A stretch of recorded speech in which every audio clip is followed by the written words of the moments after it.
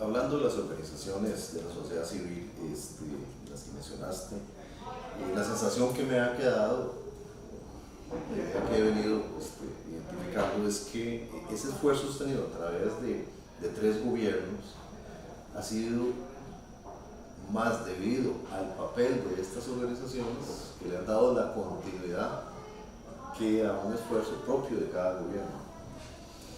Yo creo que es una parte de un todo.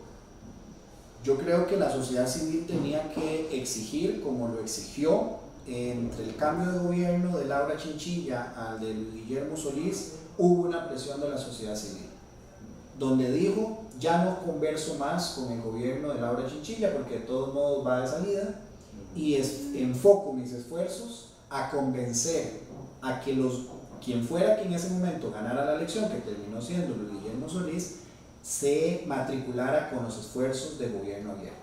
¿Esos son actores específicos de la sociedad civil? Esos son actores específicos de sociedad civil. Entonces, ¿qué dijeron? Ya no más con el gobierno de Laura Chinchilla, porque va terminando, enfoco mi esfuerzo a que, en ese caso ya cuando Luis Guillermo ganó, sentarse a la mesa y decirle qué va a hacer usted con el gobierno abierto. Lo tiene usted en su plan de gobierno, ¿cómo lo va a materializar? Y se materializó en el Plan Nacional de Desarrollo como uno de sus pilares. Y con el nombramiento de una persona, una viceministra de la presidencia que lideró el esfuerzo durante los 4 años, en un esfuerzo consecutivo y ahí. Que ahorita tenemos que ver en un esfuerzo del mismo partido de gobierno, ojalá como este gobierno aprende de los ejercicios anteriores, ¿verdad? Hoy en día liderado entonces por el Ministerio de Comunicación, para que el esfuerzo se mantenga. Y ahí la sociedad civil sigue haciendo el push, sigue haciendo la fuerza para que la Comisión Nacional de Gobierno Abierto, la Comisión de Datos Abiertos se mantengan funcionando con modificaciones si hay que hacerlas, pero que se mantenga ese esfuerzo.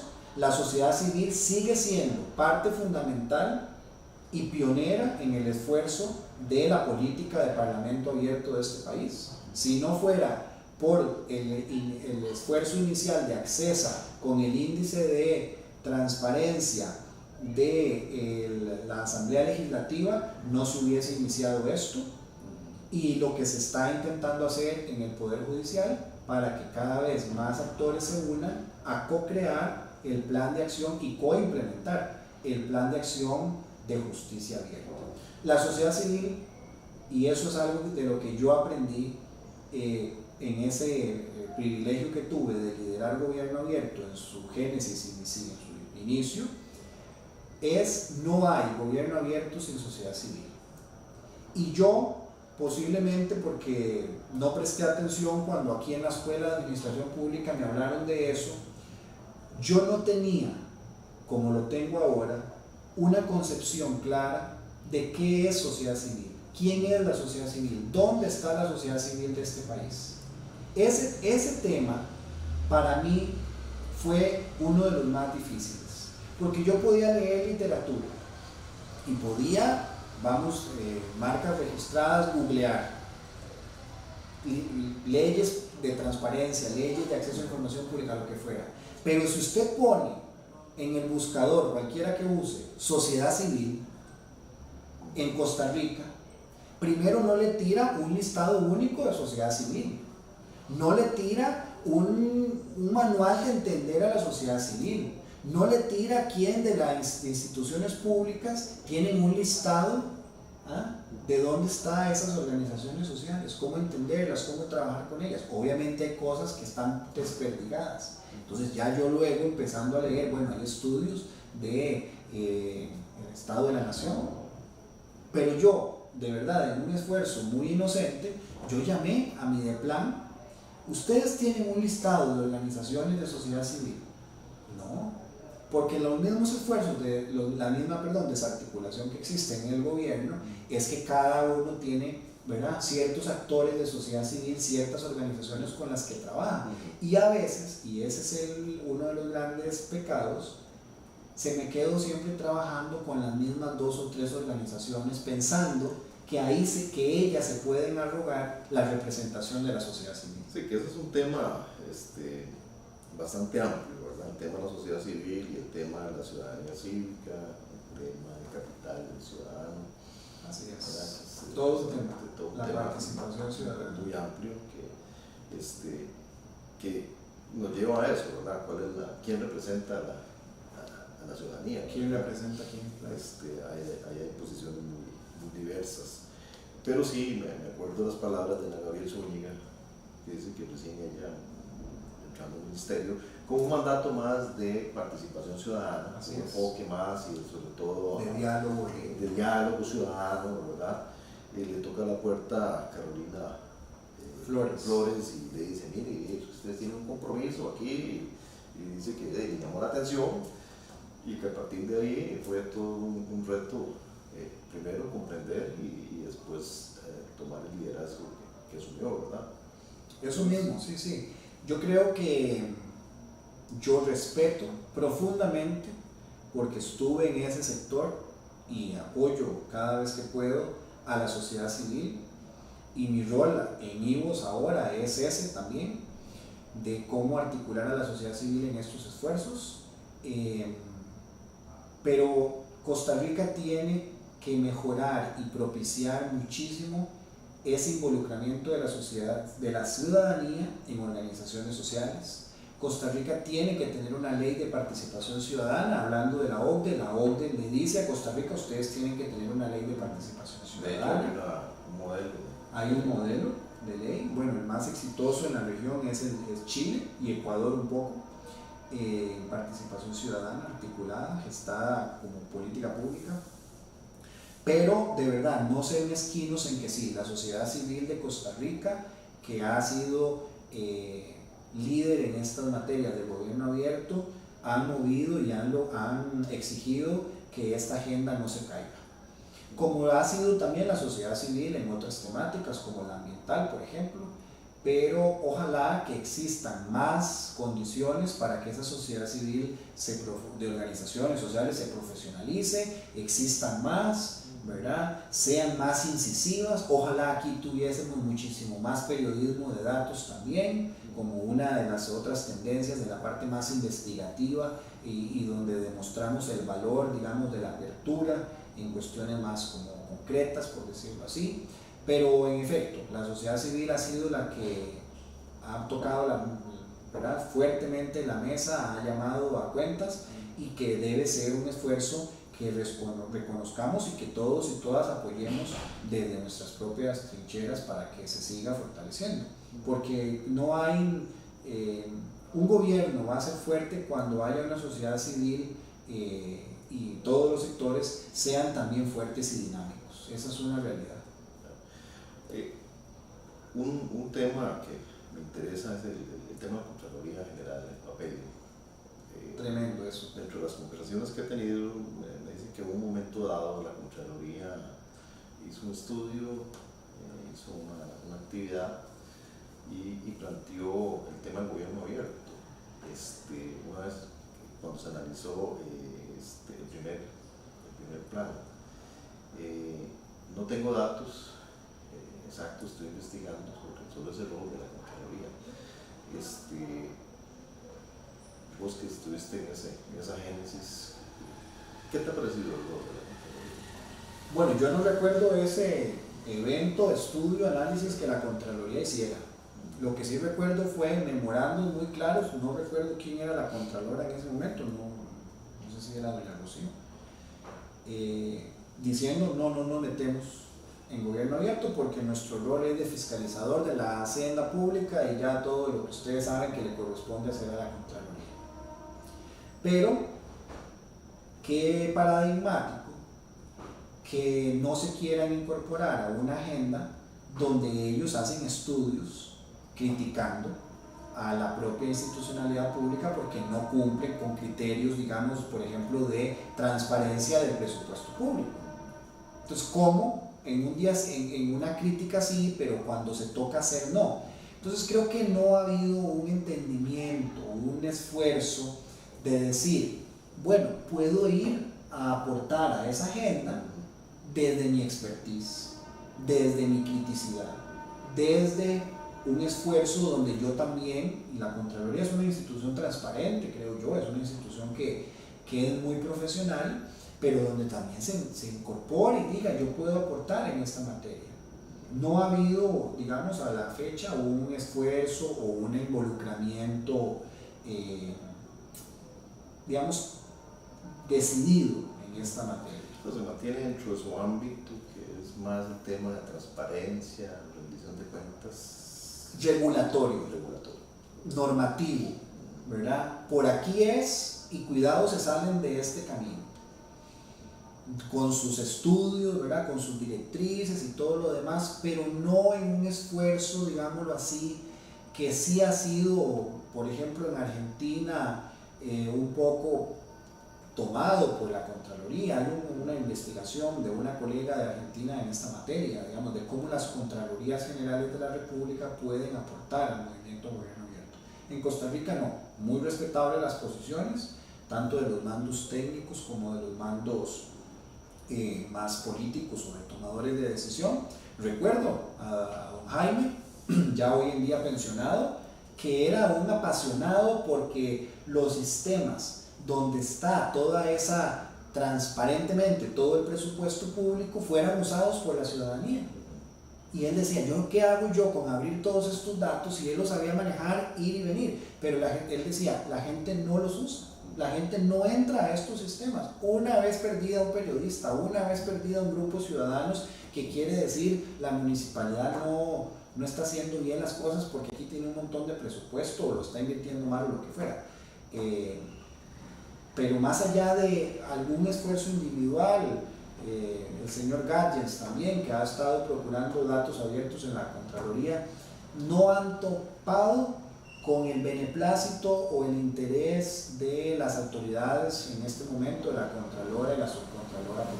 Esa es mi lectura muy respetuosa de la institucionalidad pública, en este caso la Contraloría, pero que no ha habido un esfuerzo de involucrarse al 100%. Y de otro actor, que es la Defensoría de los Habitantes, ¿cómo has visto la participación? Creo, porque siempre todo se puede mejorar, podría ser mucho más decidido, pero ha sido un actor que se ha involucrado, como mencionaba yo, liderado por don Guillermo Bonilla, por Heysel, olvido su apellido en este momento, Heysel Díaz. Han sido esfuerzos que han topado con ahí sí, el interés de las autoridades de la Defensoría, las dos defensoras anteriores, doña Ofelia y la defensora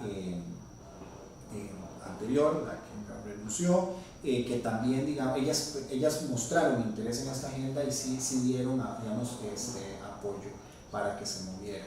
Y el efecto que ha tenido el índice de transparencia, ya más o menos cerca de unos 10 años digamos, de que se empezó la idea, con 13 evaluaciones. 13 evaluaciones. Bueno, a diferencia de otros índices, que luego eso da para otras pláticas, pero a diferencia de otros índices hay una robustez técnica en ese índice. David Zamora, que fue uno de los desarrolladores de este índice, es un experto y él hizo todo de verdad un análisis de cómo debía ser ese índice con el expertise del SICAP, ¿verdad? Él como consultor del SICAP, para junto a la Defensoría entonces hilvanar todas esas métricas que hoy en día lo que nos dan es una fuente objetiva de análisis y de medición para exigirle a cualquier entidad, digamos, cómo estás en transparencia. ¿Puede mejorarse? Sí, puede mejorarse y es un esfuerzo también que yo lo he mencionado varias veces, incremental. Ahí va bien, se han hecho 3 evaluaciones y que esto sea consistente también es un esfuerzo reconocible, hay que aplaudirlo, ¿verdad? ¿Para qué sirven estos índices? Pues para analizar, para investigar, para poder sentarse a la mesa con datos objetivos y decir, usted no está bien, en un esfuerzo personal de un grupo de ciudadanos en Valverde Vega, analizamos hace una semana cuán transparente era la municipalidad de Valverde Vega, con unas calificaciones que dan pena, vergüenza, digamos. Y finalmente, el tema político, o sea, de los partidos políticos. O sea, descubrimos, sobre todo con esta última elección, que ya la forma de hacer política, ya definitivamente, ya no es la misma. Ya. No solo es un tema de bipartidismo, sí, bipartidismo no, es un tema de que la forma de hacer política ya cambió radicalmente. Pero esa forma de hacer política tiene permeados los elementos del gobierno abierto, por esos principios, o sigue siendo una agenda política totalmente desvinculada del tema. Totalmente desvinculada. Hay un autor español, César Calderón, con quien yo tuve la oportunidad, uno de los primeros libros que me leí de gobierno abierto es de él, y sin que ahora ese sea su tema principal, lo de gobierno abierto, él siempre ha hablado de que los partidos políticos tienen que tomar la agenda de gobierno abierto y hacer la propia, pero al interno, digamos, en la gestión política como un todo. Recientemente, por algo que le mencionaba, de un esfuerzo pues personal en el cantón donde yo vivo, el domingo pasado una persona ya pensionada, mayor, con mucha experiencia, nos decía: todo lo de gobierno abierto debería pasarse o debería de copiarse en los partidos políticos. ¿Por qué no hablar de partidos políticos abiertos? ¿Cómo hacemos para que más allá de lo punitivo, más allá de que el Tribunal Supremo de Elecciones analiza tus finanzas y se da cuenta de que tuviste un mal manejo de finanzas, de financiamiento político y de deuda, de todos estos temas, más allá de eso, ¿cómo hacemos para que el esfuerzo sea proactivo de los partidos políticos y realmente sus maquinarias se conviertan en maquinarias y todo en transparentes, donde se abran a co-crear, implementemos esa, co-creemos los congresos ideológicos, pongamos a la gente a pensar, pero luego también a implementar y a evaluar eso, y a ser muy crítico, y de donde la sociedad civil se pueda involucrar en los partidos políticos de una nueva manera y donde haya un despertar de todo eso. Ahí hay un camino todavía de años por recorrer. Entonces sí, eso es hay mucho, como se puede escribir por dónde deberían ir los partidos políticos. Sí, porque además no solo desarrollarlo al interno, sino que también sea parte de su discurso político. Así. Y uno lo ve en este momento, hay temas de transparencia, pero como que ahí se agota el tema. Todos los partidos, sobre todo cuando hace su oposición, se le pide transparencia a los partidos que están. Sí, pero sí definitivamente, digamos, como usted lo habla más desde el punto de vista de los manejos políticos, digámoslo así, ¿verdad? Yo creo que tiene que haber un esfuerzo como integral y donde entendamos desde los operadores políticos, desde quien tiene un interés para la alcaldía o quien tiene un interés para una diputación o quien tiene un interés para la presidencia de la República, que la transparencia es buena y que los ejercicios de rendición de cuentas son buenos. Cuando hagamos ese esfuerzo, cuando ese esfuerzo sea, tal vez es muy utópico, desde las bases de los partidos, desde la génesis de las campañas políticas, desde la apertura de los procesos, digamos, donde una persona se presenta como candidato o candidata, ya luego entonces esa persona por lo menos va a tener una noción y cuando ya ha sido electa, ¿verdad? O cuando administra el Ejecutivo o el Legislativo o una municipalidad, tiene esa conciencia de lo que es la transparencia, de lo que es la rendición de cuentas, de cómo involucrar a la sociedad civil. Más allá, obviamente, de un discurso político. Y usted lo mencionaba, don Roberto, antes, que es el esfuerzo país, y el esfuerzo país donde esta agenda no pierde impulso y donde esta agenda sí se mantiene en el ideario nacional. ¿Cuánto bien le haría al país aprovechar herramientas de gobierno abierto en la coyuntura actual de la crisis, déficit fiscal y la huelga y la poca negociación y la poca apertura al diálogo y el poco entendimiento de que si le va mal a un sector, nos va mal a todos? Sí, eso es un tema muy interesante, porque el mismo gobierno abierto, por lo menos desde el punto de vista teórico conceptual, plantea que tiene que ver con el mejoramiento de la calidad de la democracia. Y precisamente una de las disfunciones democráticas son los movimientos sociales que se lanzan a las calles a pedir reivindicaciones, ¿verdad? O sea, se ve como una disfunción precisamente de este modelo democrático, porque algo está pasando en la democracia que no permite, ¿verdad? O que se tenga que llegar a ese punto, ¿verdad? Hay desconfianza, no hay credibilidad, y uno lo ve en el tema del plan fiscal. La gente entiende qué es el plan fiscal, realmente cuáles son los datos con respecto a eso, qué se está manejando inclusive en la misma Asamblea Legislativa. Yo no conozco esfuerzos, y sería muy interesante investigarlos, de gobierno abierto en lo fiscal, en las negociaciones de una temática tan cruda, tan técnica, como es una ley de mejoramiento de las finanzas públicas.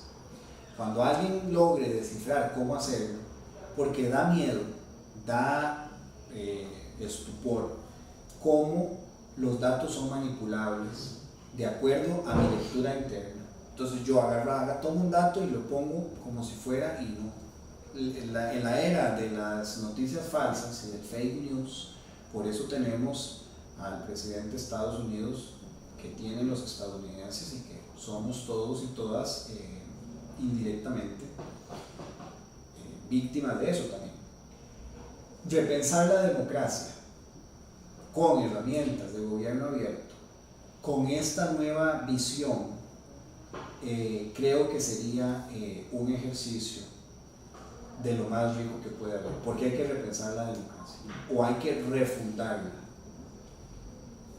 Los países occidentales, donde el esfuerzo, digamos, y donde se cree en la democracia, principalmente en este sector, en esta parte del mundo, tenemos esa tarea por delante. Ya nos agarró tarde quizás, porque cada vez hay más evidencia de que hay que hacer ese esfuerzo de darle un nuevo giro, una nueva aire, un nuevo respiro a los procesos democráticos, a la democracia como el modelo de democracia representativa que tenemos. Finalmente, es un modo de cierre. ¿Qué perspectiva le ves al desarrollo de este concepto de gobierno abierto en el país? Bueno, yo el año pasado, por ahí del mes de mayo, abril-mayo, ligado a cuestiones laborales, tomé la decisión de hacer una pausa en gobierno abierto. Siempre me ha apasionado y me sigue apasionando, pero yo tomé una pausa porque yo no le estaba viendo, ya no le estaba encontrando la razón de ser. ¿Por qué? Porque lo empezaba a ver como cada vez más y más discursivo y menos accionable. Y eso a mí, digamos, me generó mucha preocupación.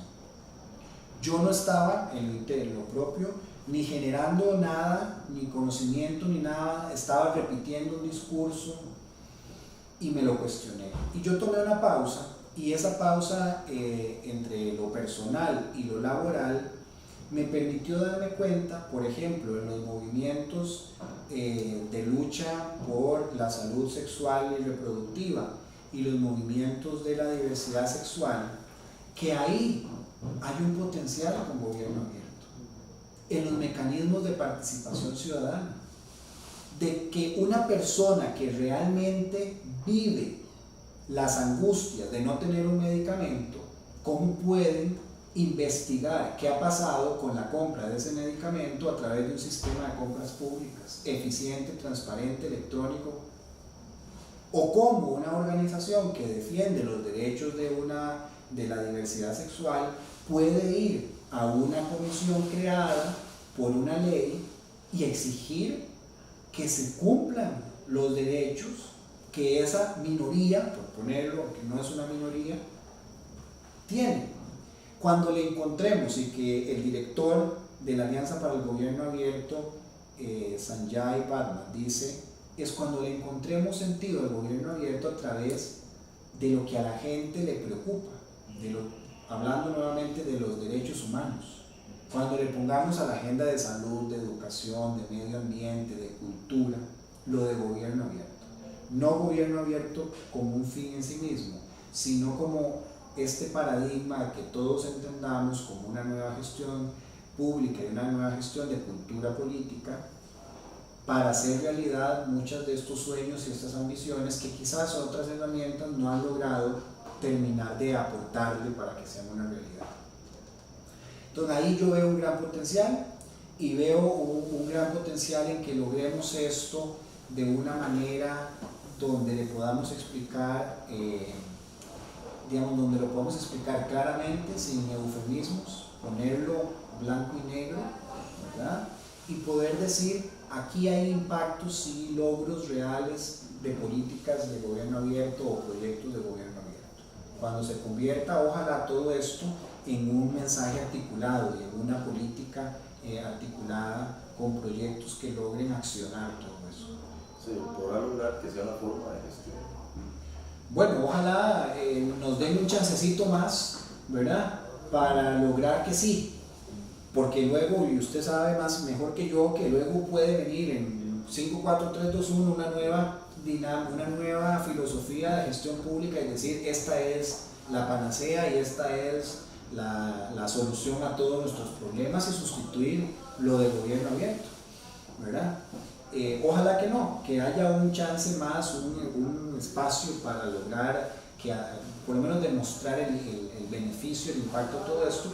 Y ojalá, nuevamente, como algo incremental, venga algo más para refundar las democracias y poder hacer que lo de esto de democracia participativa sea una realidad y logremos solucionar los problemas de la gente, aquello que está la persona sufriendo o que le está quitando el sueño, digamos así.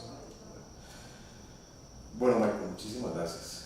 No, hombre, a la orden. Ha sido muy rica la conversación, muchos temas que podemos seguir tratando en otro momento.